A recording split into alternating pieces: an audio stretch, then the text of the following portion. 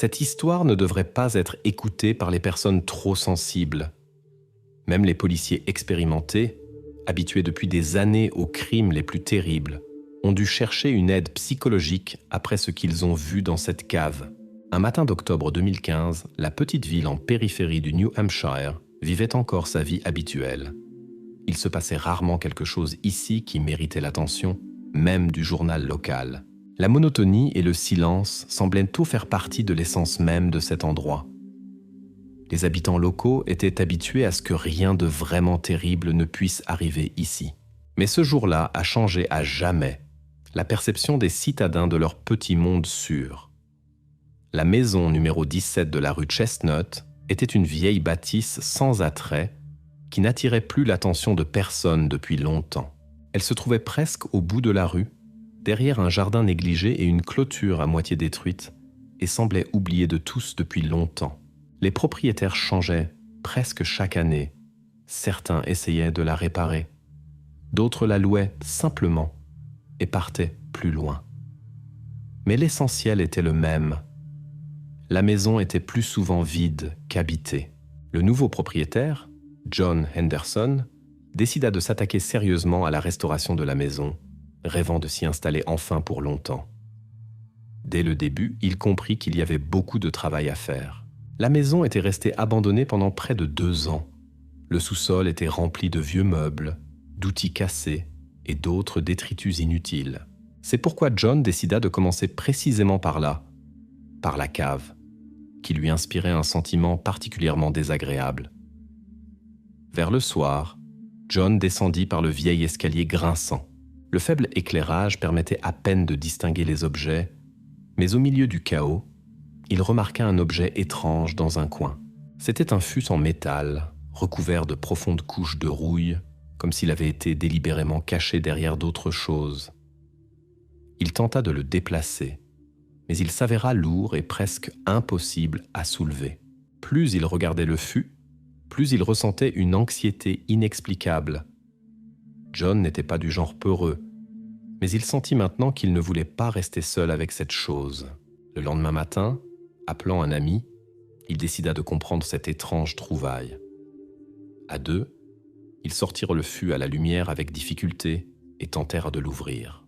Le couvercle semblait soudé au métal, mais après plusieurs tentatives, il céda finalement. C'est à ce moment précis que la vie de John se divisa en un avant et un après. Ce qu'il vit à l'intérieur resta gravé à jamais dans sa mémoire. Il sentit ses jambes flageoler et l'air dans la cave devint lourd et visqueux. Dans une couverture qui avait perdu ses couleurs depuis longtemps, se trouvaient des restes qui étaient restés là pendant de longues années. La vision fut si choquante que son ami courut instantanément à l'étage et, se retenant à peine, appela la police. Les premières voitures de police apparurent près de la maison quelques minutes plus tard.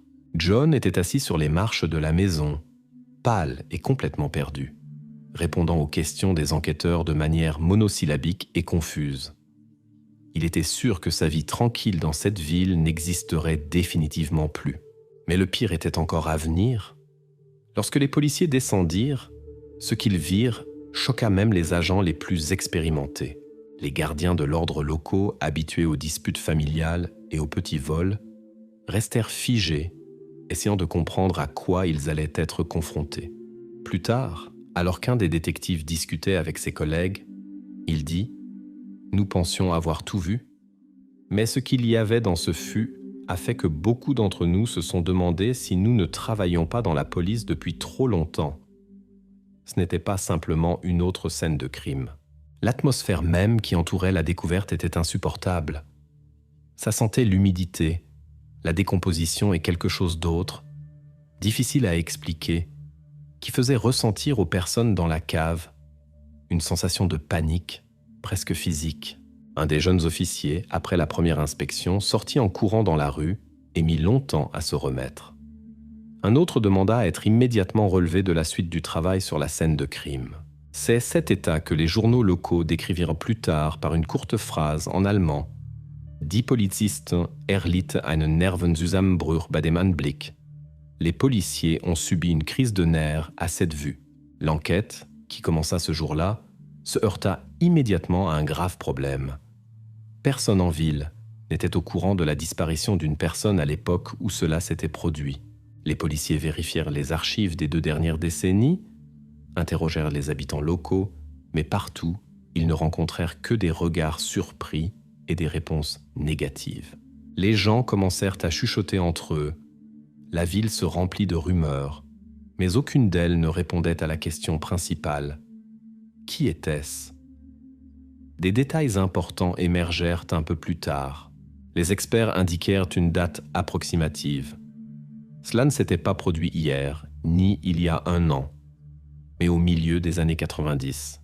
Pendant plus de 20 ans, quelqu'un avait caché ce secret dans une maison ordinaire, par laquelle étaient passées des dizaines de personnes, sans rien soupçonner de l'horreur cachée littéralement sous leurs pieds. Les enquêteurs commencèrent à vérifier tous ceux qui avaient vécu dans la maison ou pouvaient y être liés d'une manière ou d'une autre. Le premier suspect fut l'ancien propriétaire qui avait soudainement vendu la maison à vil prix et quitté la ville sans explication. Son identité soulevait de nombreuses questions, mais l'essentiel n'était pas là. Plus la police étudiait la maison, plus elle découvrait d'étrangetés que personne n'avait remarquées auparavant. Il restait une autre personne qui suscitait des soupçons. Le voisin, un homme âgé et silencieux qui avait vécu toute sa vie de l'autre côté de la rue. Lors des interrogatoires, il répondait laconiquement, détournait le regard et répétait constamment qu'il ne savait rien. Mais c'est précisément dans son comportement que les policiers remarquèrent une nervosité cachée. La ville se figea dans l'attente. Le temps passait, la tension montait, et les gens comprenaient déjà que cette affaire ne ressemblerait à aucune autre.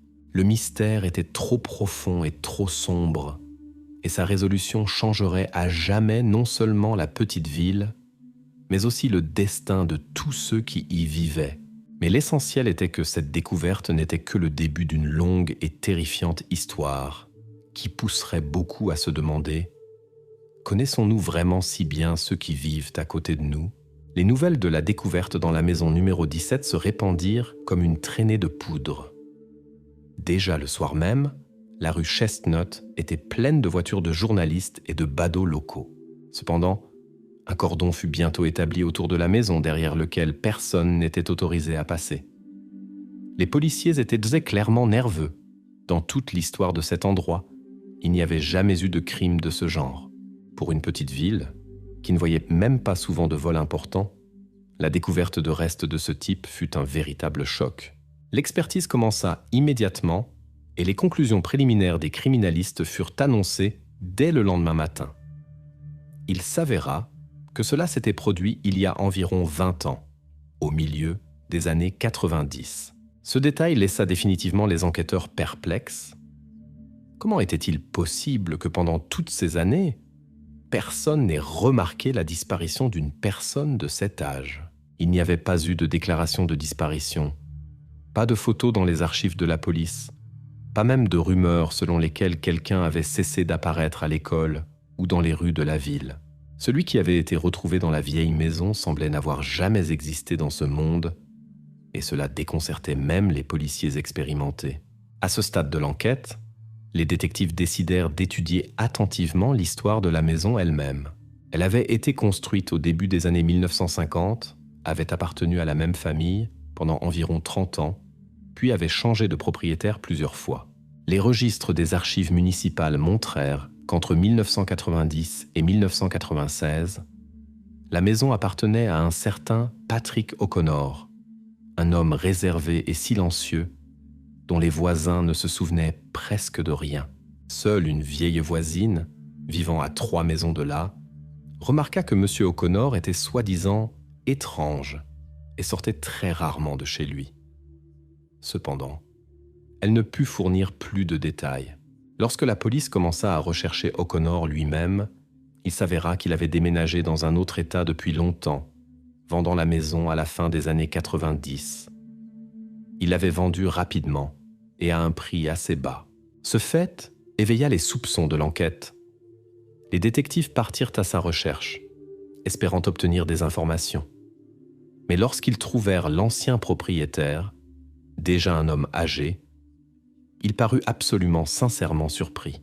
O'Connor répondit volontiers aux questions, parlait lentement, calmement, avec assurance. Il expliqua qu'il avait vendu la maison à bas prix parce qu'il avait un besoin urgent d'argent après son divorce.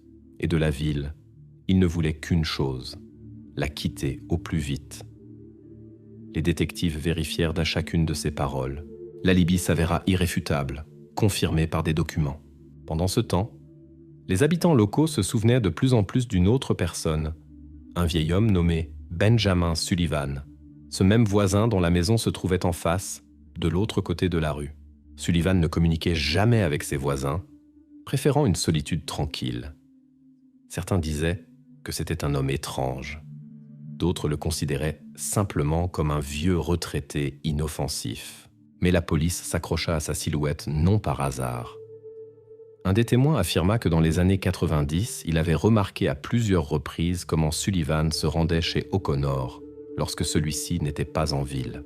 Les policiers rendirent visite à Benjamin Sullivan et le trouvèrent dans un état d'extrême irritation. Le vieil homme était clairement mécontent de leur apparition, mais fut obligé de répondre aux questions. Il admit qu'il surveillait parfois la maison pendant que O'Connor était en voyage d'affaires. Mais il nia y avoir vu quelqu'un d'étranger ou quelque chose d'inhabituel. Il parlait brusquement, tapotant nerveusement ses doigts sur la table, évitant le regard direct. Les policiers sentirent son malaise, mais le vieil homme refusa de donner d'autres explications.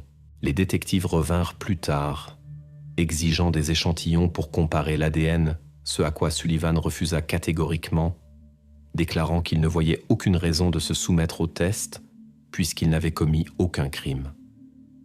La tension montait. Le 3e jour de l'enquête, la police reçut les résultats de l'analyse ADN trouvée sur la couverture.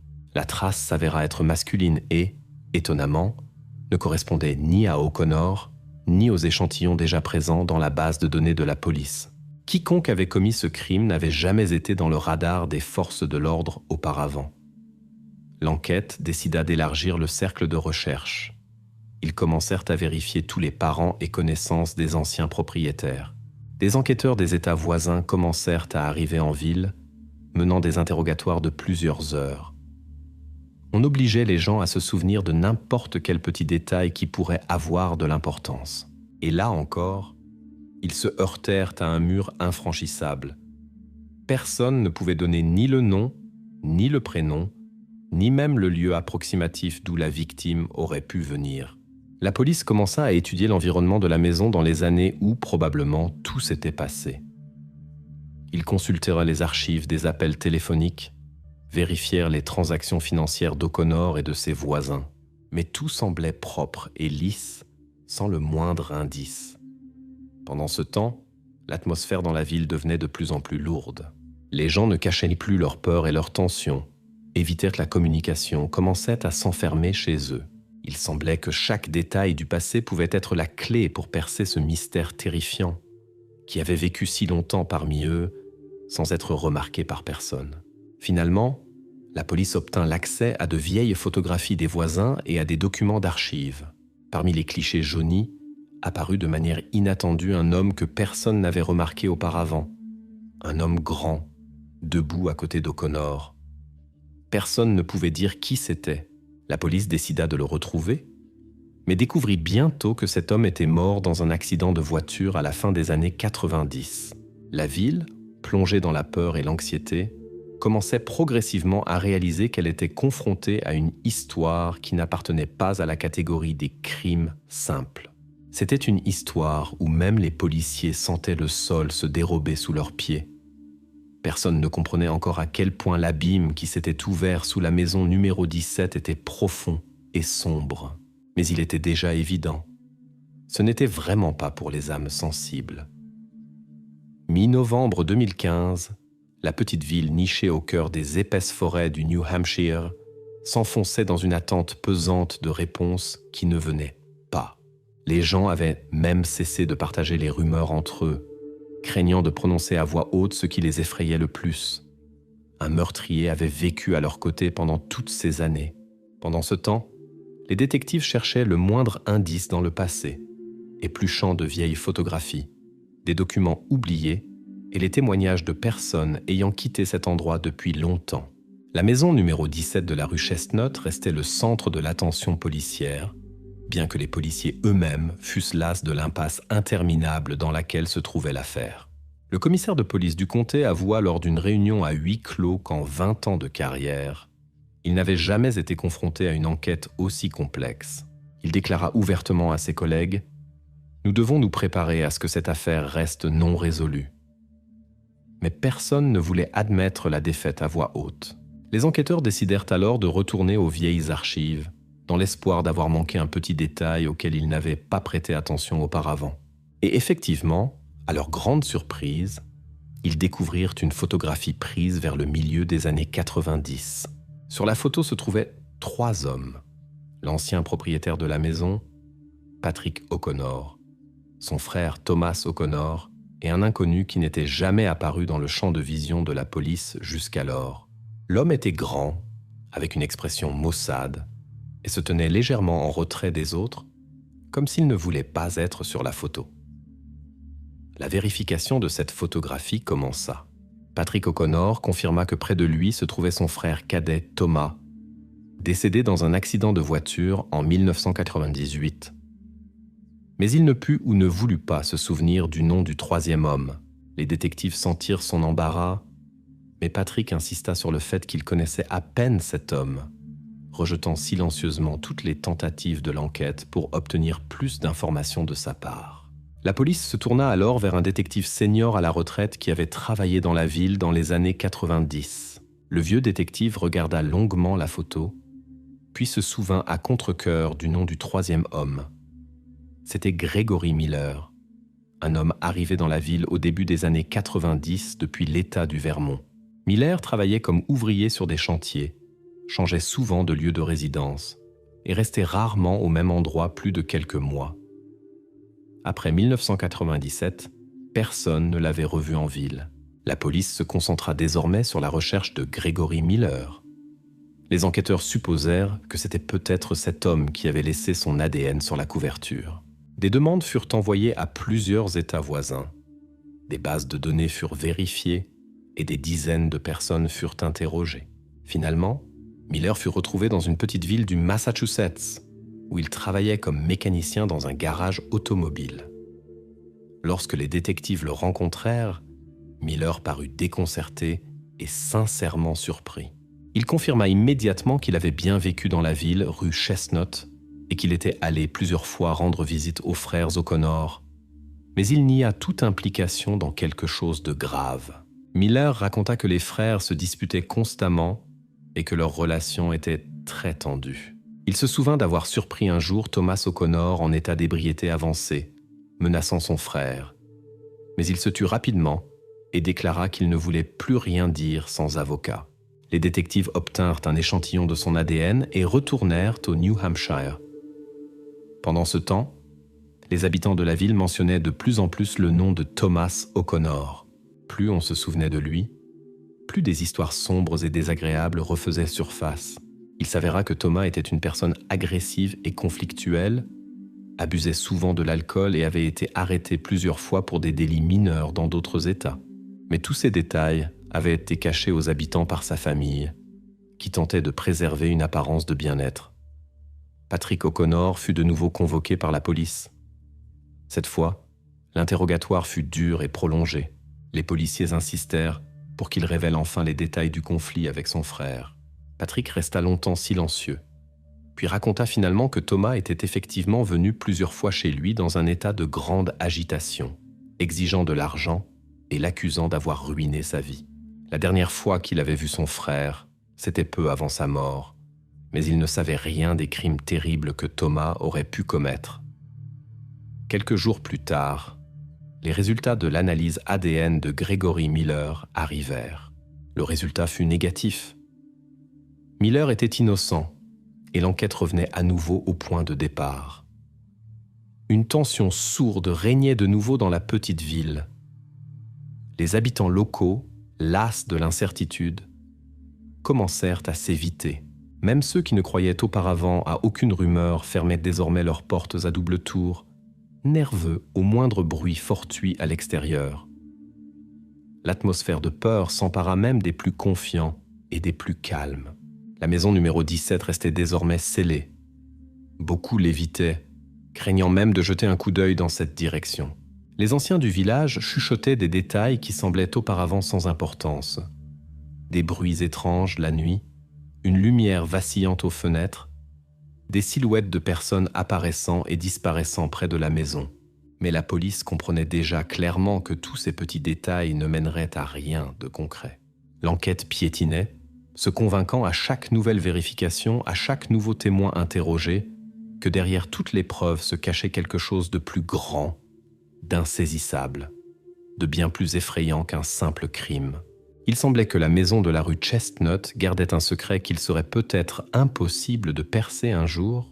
C'est cela qui faisait ressentir aux policiers, même expérimentés, un poids et une fatalité à la vue des dossiers remplis de rapports interminables et de photographies où se trouvait une vie étrangère, et où ne restait plus qu'une énigme sombre et non résolue.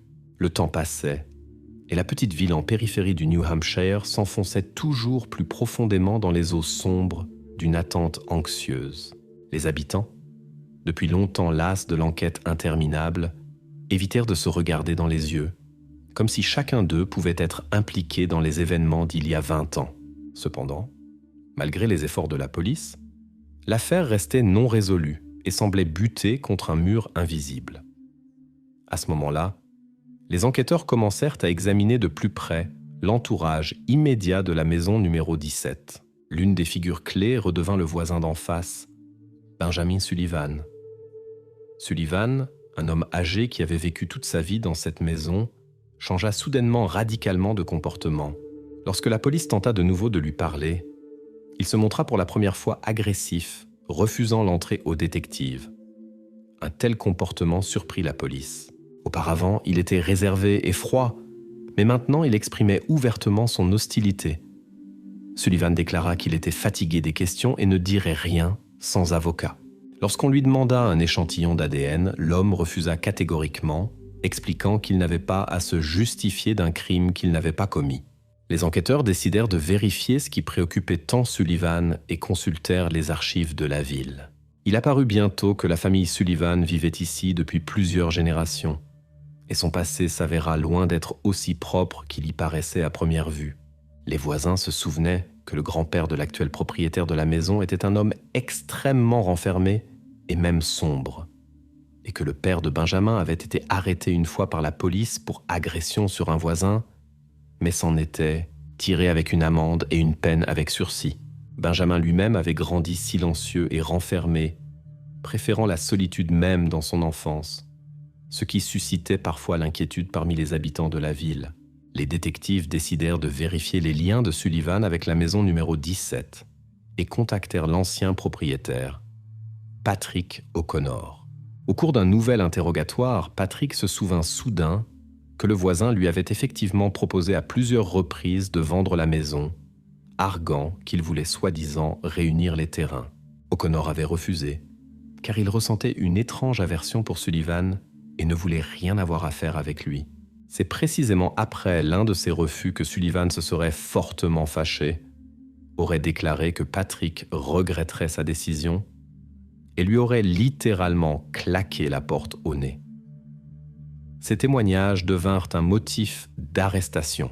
Un jour gris de décembre, des voitures de police apparurent devant la maison de Sullivan et Benjamin lui-même fut emmené au poste pour un interrogatoire officiel. La ville fut instantanément saisie d'inquiétude car pour la première fois depuis de nombreuses années, la police nommait ouvertement un suspect. Sullivan répondit froidement et brièvement, niant tout lien avec le crime. Lorsqu'on lui proposa de nouveau de se soumettre volontairement au test ADN, il accepta étonnamment après un silence, déclarant qu'il en avait assez de cette persécution et voulait prouver son innocence. Pendant l'attente des résultats de l'expertise, les policiers commencèrent à fouiller les vieilles archives et les effets personnels de Sullivan, essayant de trouver le moindre lien avec ce qui s'était passé au milieu des années 90. Ils examinèrent chaque papier, chaque vieil album, chaque lettre qu'ils purent découvrir dans sa maison. Et voilà qu'en fouillant une pile de vieilles photographies jaunies par le temps, les détectives tombèrent sur une photo qui les glaça sur place. Sur la photographie, datée approximativement de 1994, était immortalisé un pique-nique, manifestement quelque part dans la forêt près de la ville. Parmi plusieurs personnes inconnues, au premier plan était assis Sullivan lui-même, et à côté de lui, une fillette blonde qui ressemblait étrangement à l'image obtenue après la reconstruction faciale de la victime trouvée dans la cave. Tous deux souriaient, comme s'ils étaient très proches. Les policiers, stupéfaits par la découverte, envoyèrent immédiatement la photo pour une expertise supplémentaire. Sullivan, pendant ce temps, restait au poste de police, totalement convaincu qu'il serait bientôt libéré. Et il avait raison. Le résultat du test ADN revint négatif. Sullivan n'était pas l'homme dont la trace génétique avait été laissée sur les lieux du crime. Malgré cela, la police le convoqua de nouveau pour interrogatoire. Lorsqu'on lui montra la photographie, l'expression de Sullivan changea pour la première fois en une véritable confusion et anxiété. Il resta silencieux pendant plusieurs minutes, examinant la photo, puis admit à contre-cœur qu'il connaissait effectivement la fillette, mais refusa d'expliquer qui elle était, déclarant qu'il ne se souvenait pas des détails de ce jour-là. Les détectives insistèrent, mais Sullivan répéta obstinément qu'il avait tout oublié. Il avait l'air épuisé, comme si la simple pensée du passé lui causait de la douleur. Après l'interrogatoire, la police dut le laisser rentrer chez lui, faute de motifs sérieux pour le retenir. Mais la photo était déjà devenue une sensation au sein du service de police. Le lendemain, d'autres photographies furent trouvées dans les archives, prises à la même période, sur lesquelles figuraient les mêmes personnes. Au centre du groupe se trouvait à nouveau la même fillette blonde, et à côté d'elle, sur plusieurs clichés, se tenait un homme que personne de la police n'avait vu auparavant et dont les témoins n'avaient pas parlé.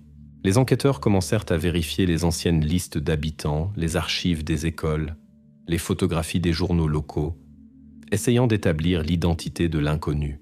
Mais il semblait s'être dissous dans le temps, ne laissant derrière lui que des contours flous sur le vieux papier photographique. La ville replongea dans une attente pesante. Sullivan sortait maintenant rarement dans la rue, évitait les regards des voisins et avait presque cessé de communiquer même avec ses proches.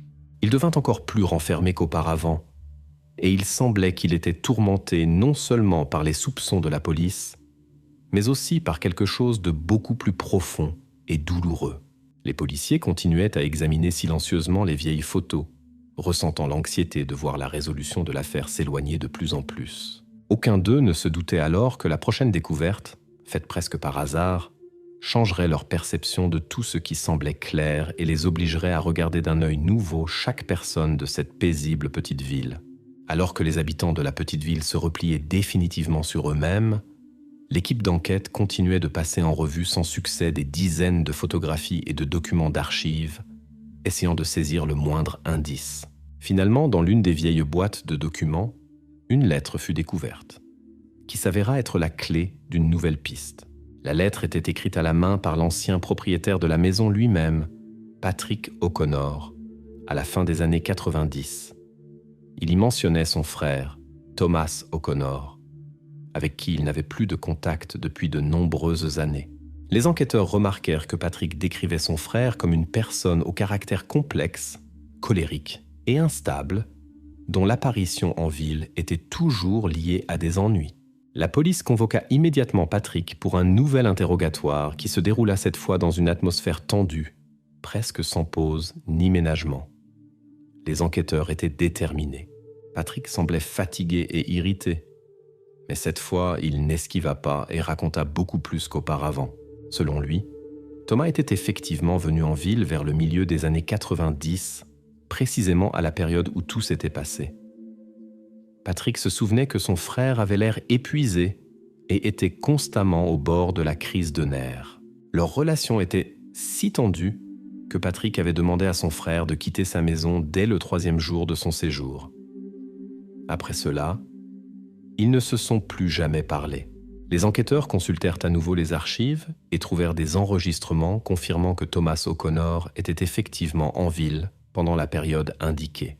Ils réussirent également à trouver des témoins qu'il avait vus à ce moment-là. L'une des voisines se souvenait clairement comment Thomas marchait dans la rue tard le soir, parlant tout seul et exprimant une certaine agressivité par geste. Il suscitait chez les gens un sentiment d'anxiété et d'appréhension. Mais personne n'osait s'adresser à la police, mettant cela sur le compte de conflits familiaux ordinaires. Le même jour, les détectives trouvèrent plusieurs autres vieilles photographies de Thomas, les comparant à la photo trouvée précédemment, où figurait cette même invitée blonde.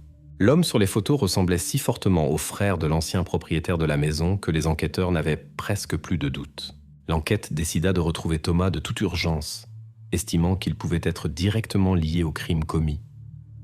Cependant, localiser Thomas O'Connor s'avéra beaucoup plus compliqué que prévu. Il n'avait pas de domicile officiel, n'avait pas payé d'impôts depuis longtemps et n'était pratiquement mentionné nulle part ces dernières années. Son nom était absent même des bases de données officielles des États, ce qui parut très étrange aux enquêteurs. Patrick avoua qu'il n'avait plus eu de contact avec son frère depuis plus de 20 ans et n'avait aucune idée s'il était encore en vie. La police envoya plusieurs demandes aux États voisins, tout en continuant d'interroger les personnes qui pouvaient se souvenir de Thomas. Bientôt, une réponse arriva du Massachusetts.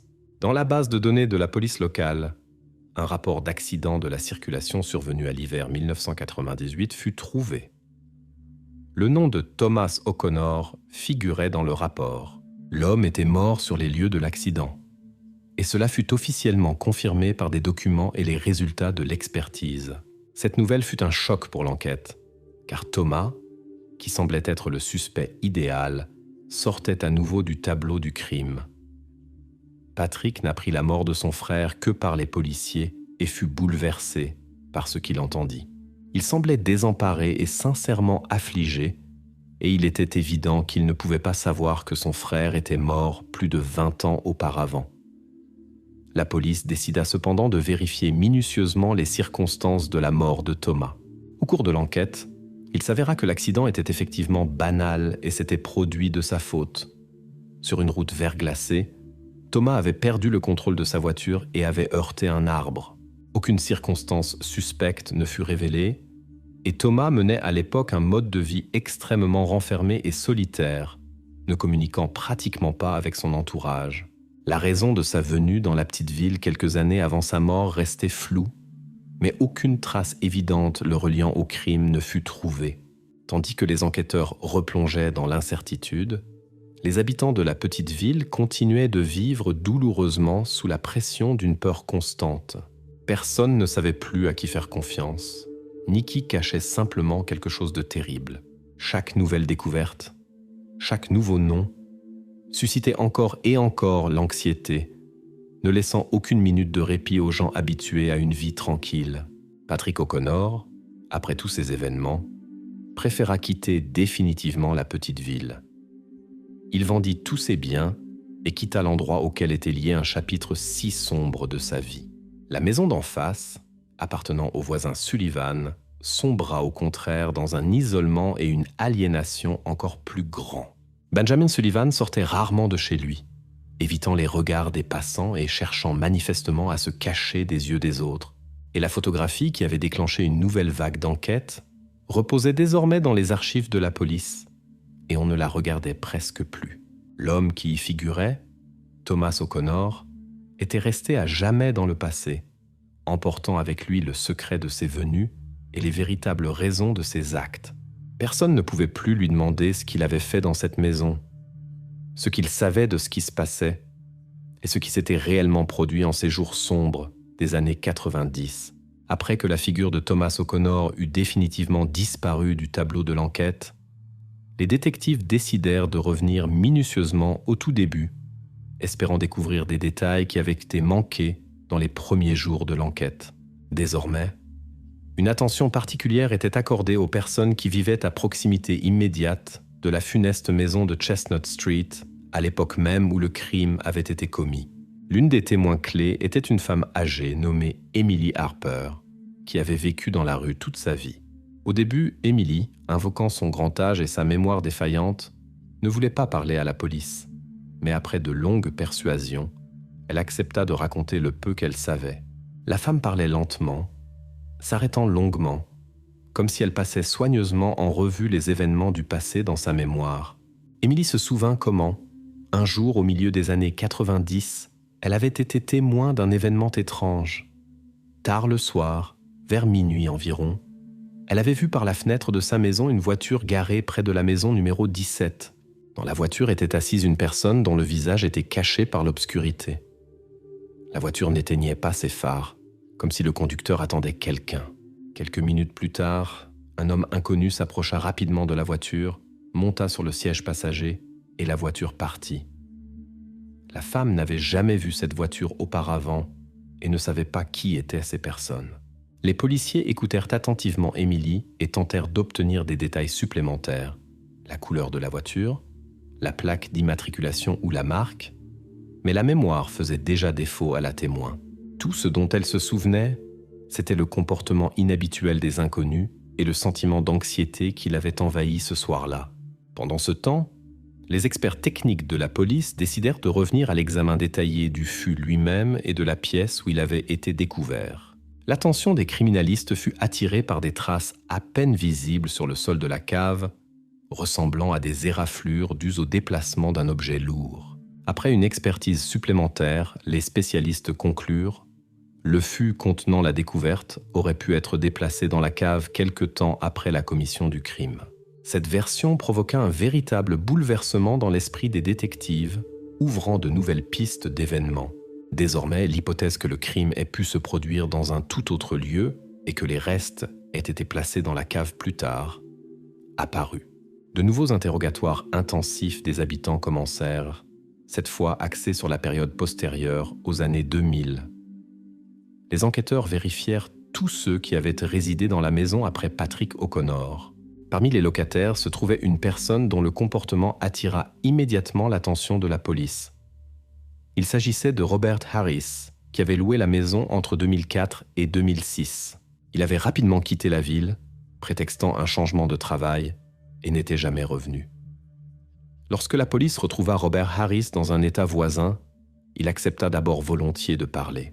Cependant, en apprenant le sujet de la conversation, il se referma brusquement et refusa presque complètement de faire d'autres commentaires. On découvrit bientôt que Harris avait un casier judiciaire pour violence domestique, mais aucun crime grave ne lui avait été imputé. Néanmoins, la police insista pour vérifier un échantillon de son ADN qu'il fournit après de longues persuasions. Le résultat s'avéra négatif. Mais le principal résultat de cette étape de l'enquête fut que les détectives se convainquirent définitivement que le crime et le déplacement des restes auraient pu être commis à des moments différents par des personnes différentes. Peut-être qu'un des locataires, découvrant une trace du passé d'autrui, s'était simplement débarrassé de la découverte indésirable en la plaçant dans un coin reculé de la cave, ne voulant pas avoir affaire à la police. Cette hypothèse expliquait pourquoi personne n'avait rien remarqué, ni dit pendant si longtemps. Les gens ne voulaient tout simplement pas être entraînés dans les problèmes des autres, et encore moins dans une affaire criminelle. Mais, d'un autre côté, cela rendait tout ce qui s'était passé encore plus sombre et effrayant. Il s'avérait que plusieurs personnes auraient pu être impliquées, directement ou indirectement, dans le crime. Dans une tentative de comprendre quelque chose, les enquêteurs convoquèrent à nouveau Benjamin Sullivan, le voisin âgé, pour un nouvel interrogatoire. Il avait maintenant l'air fatigué, ayant presque totalement perdu l'envie de résister. Sullivan confirma qu'il avait vu Robert Harris et d'autres locataires à plusieurs reprises, mais n'avait jamais parlé personnellement avec aucun d'eux. Il avoua également qu'au début des années 2000, il avait vu des inconnus qui transportaient quelque chose dans la maison. À la question de savoir pourquoi il n'en avait pas informé la police plus tôt, Sullivan répondit sèchement « Ce n'était pas ma maison et pas mes problèmes ». Maintenant, de nombreuses années plus tard, sa réponse ne sonnait pas seulement froidement, mais aussi d'une indifférence effrayante. Après cette conversation, la police décida que Sullivan ne cachait vraiment rien et n'était très probablement pas impliqué dans ce qui s'était passé. Néanmoins, les détectives ne pouvaient se défaire du sentiment qu'il en savait plus qu'il ne le disait et qu'il était simplement fatigué de résister au passé. Finalement, dans les archives de la bibliothèque municipale, trouvées par hasard lors de la vérification de documents de presse, les enquêteurs tombèrent sur un article de 1995. Il y était question d'un incident mineur, Un homme inconnu avait été aperçu près de la maison numéro 17 sur Chestnut Street, après quoi il avait rapidement disparu. L'article ne contenait pas de détails, si ce n'est que l'homme avait paru suspect aux habitants locaux. Aucune photographie n'accompagnait l'article, mais la mention de cet homme suscita à nouveau des pensées troublantes dans l'esprit des policiers. Essayant de comprendre ce qui pouvait relier toutes ces personnes et événements, les détectives examinèrent une fois de plus les vieilles photographies, lettres et documents. Mais les réponses leur échappaient, ne laissant qu'un sentiment d'impuissance et de désespoir. Bientôt, les habitants de la petite ville apprirent que la maison numéro 17 était de nouveau en vente pour une somme symbolique. Personne parmi les locaux n'envisagea même de l'acquérir, comme s'ils comprenaient déjà que le sombre secret était lié à jamais à cet endroit. La maison tomba progressivement en ruine, devenant le symbole du fait que le crime qui s'y était produit avait divisé à jamais la vie de la petite ville en un avant et un après.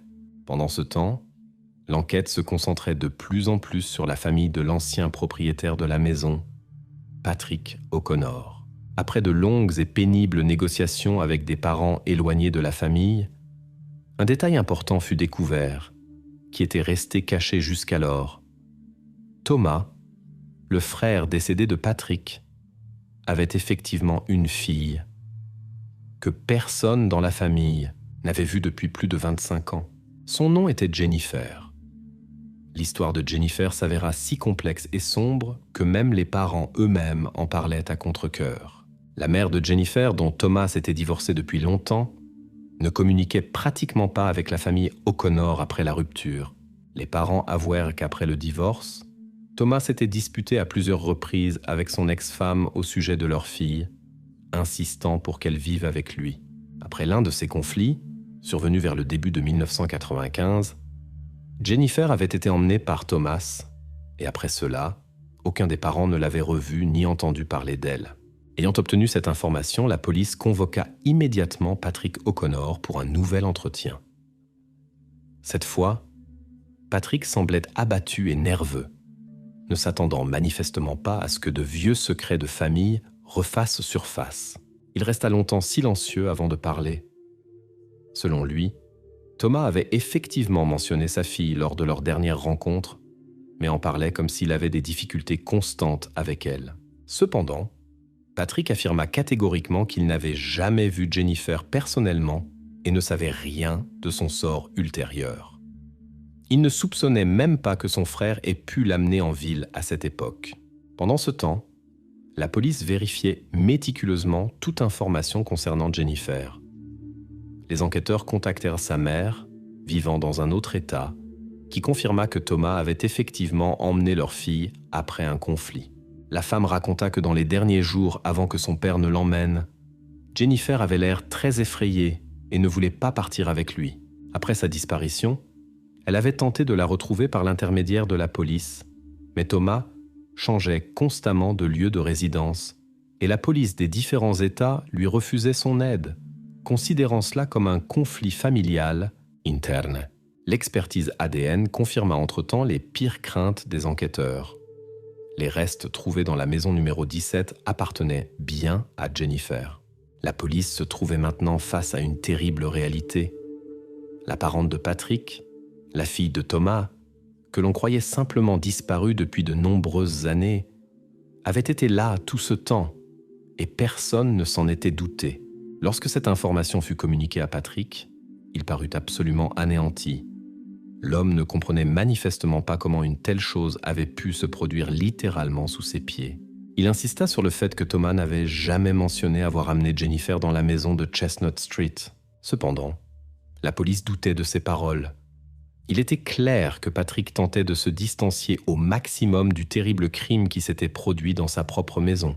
Les parents, apprenant la vérité, furent également choqués et commencèrent immédiatement à émettre leurs propres hypothèses.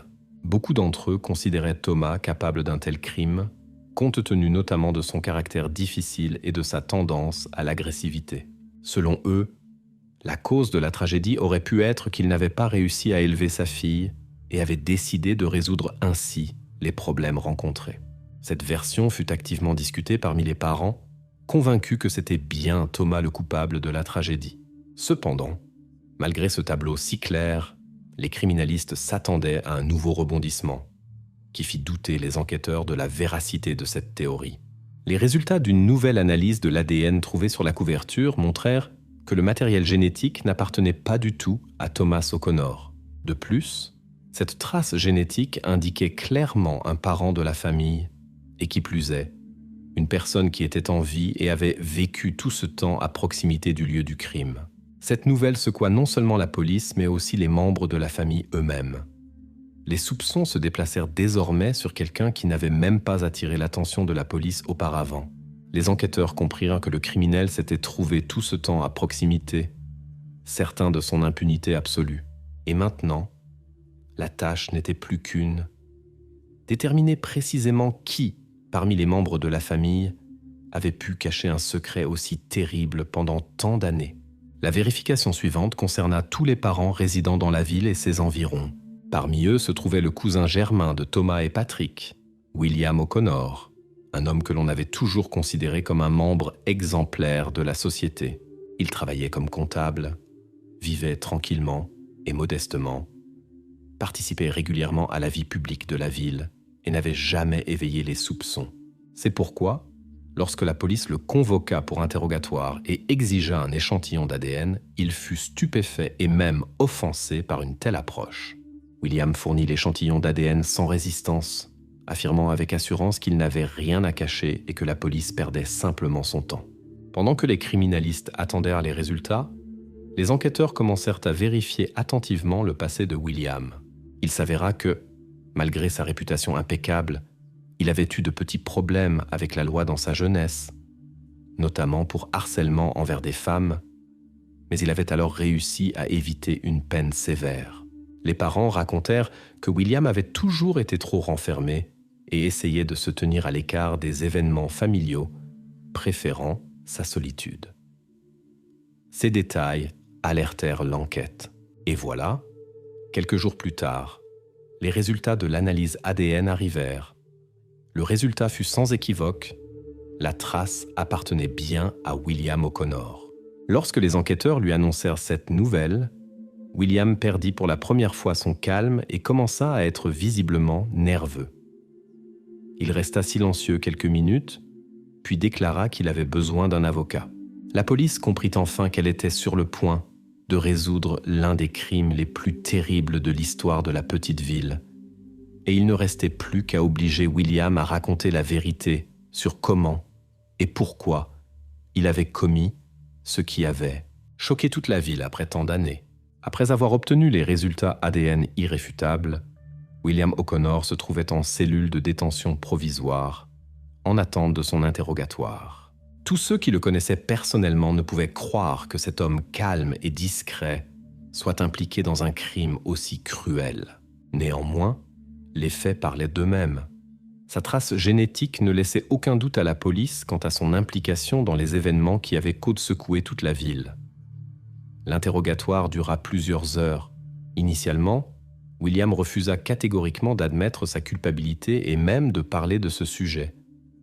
Mais les enquêteurs lui présentèrent non seulement les résultats ADN, mais aussi des détails qui prouvaient de manière convaincante son implication.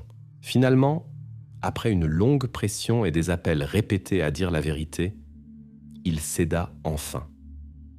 Lorsque William commença à raconter, un silence oppressant s'installa dans la salle d'interrogatoire. Il parlait lentement et doucement, s'arrêtant parfois, comme s'il essayait de comprendre comment il en était arrivé à prononcer à voix haute cette terrible vérité pour la première fois. Il s'avéra qu'au milieu des années 90, Thomas, le père de Jennifer, était effectivement venu voir son frère Patrick en ville. Avec lui se trouvait sa fille, que Thomas ne pouvait pas laisser à la maison en raison du conflit avec sa mère. Arrivé en ville, Thomas s'installa chez Patrick, mais leurs relations se détériorèrent rapidement. Thomas demanda alors à William, qui vivait dans la maison voisine et était leur cousin germain, de s'occuper de Jennifer pendant un certain temps, jusqu'à ce qu'il règle ses affaires avec Patrick. Au début, William accepta, car personne ne soupçonnait rien de mal chez lui, et Jennifer elle-même se sentait assez à l'aise dans sa maison. Cependant, après un certain temps, elle commença à s'inquiéter, à demander quand son père reviendrait et à demander constamment à rentrer chez elle.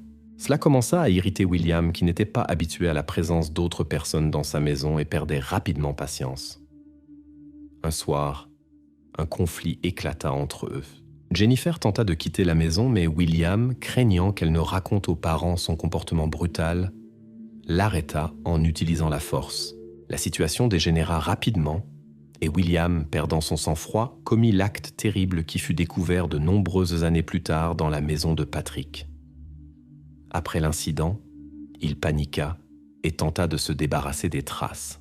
Profitant du départ temporaire de Patrick et de l'absence de Thomas, il pénétra dans la maison de son parent et plaça les restes dans le fût métallique, qu'il cacha ensuite dans la cave, parmi les vieux détritus et les gravats de construction. Il était convaincu que personne ne découvrirait jamais ce qu'il avait fait. Après tout, la maison était abandonnée et Patrick allait bientôt quitter la ville. Au fil du temps, William se persuada presque que cela n'était jamais arrivé. Il reprit une vie normale, continua à travailler comme comptable, maintint sa réputation de citoyen exemplaire et évita tout soupçon. Parfois, il passait devant la maison de Chestnut Street, mais à chaque fois, il s'obligeait à ne pas penser à ce qui s'était passé, espérant qu'avec le temps, son crime serait oublié et resterait à jamais un secret. Pendant ce temps, Thomas, ne retrouvant pas Jennifer à son retour en ville, pensa que la jeune fille s'était enfuie chez sa mère. En raison des nombreux conflits et de l'aversion mutuelle, ils ne communiquaient pratiquement pas, de sorte que ni Thomas ni la mère de Jennifer n'apprirent jamais la vérité sur son sort. Ils se blâmèrent mutuellement pour sa disparition et n'essayèrent pas de clarifier la situation jusqu'au bout. Patrick non plus ne savait rien de ce qui s'était passé.